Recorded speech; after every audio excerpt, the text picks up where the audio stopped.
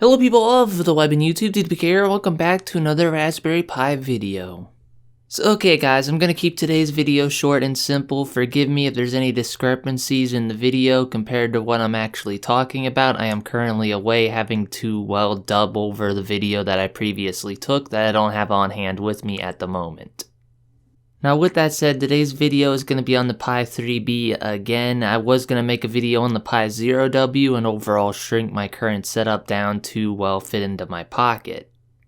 Unfortunately, that idea did not pan out because the Raspberry Pi 0W does not support a USB based Wi-Fi adapter.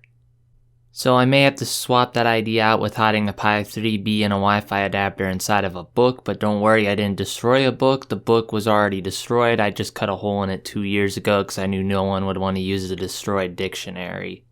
But yeah guys, let's get back on topic and talk about my Pi 3B, shall we? First of all, it's pretty much the same setup as before, except they put everything inside a waterproof, weatherproof, ammo container.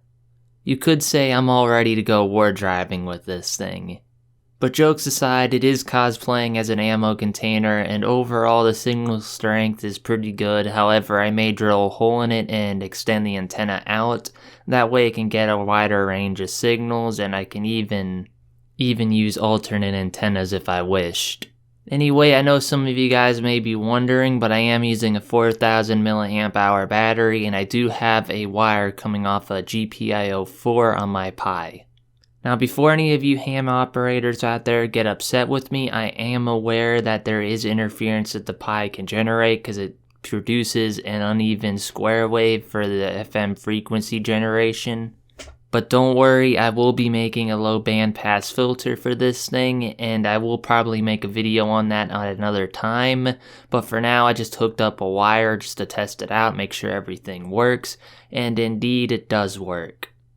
And for those of you wanting to replicate the FM transmitter setup, don't use an antenna length as long as me. Use something relatively short, like an inch or so, because this thing does put out signals where they shouldn't go, and without a low bandpass filter, you can't really stop it from doing so. Anyway, to get the software set up on the Pi, it's fairly simple. All you gotta do is download and get the repository, install the requirements, and then once you have the repository cloned, you just gotta CD into the folder, make, and then hit make clean from what I remember. From there, the command to launch the, program is as follows. I'll have it on screen and I'll show you guys an example of this all working. As you can hopefully see, the Pi 3B is transmitting, it is working. Now I'm going to show you the flaws with transmitting this way.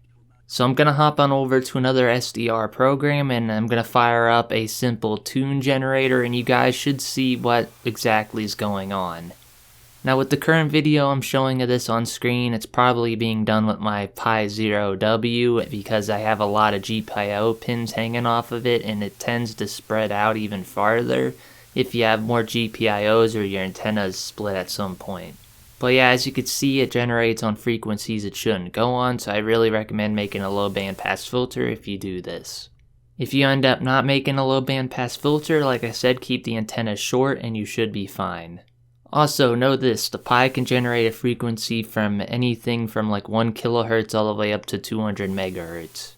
So some of these frequencies are used by medical responders as well as the police, so you can't transmit on them. You gotta know where you're transmitting and why.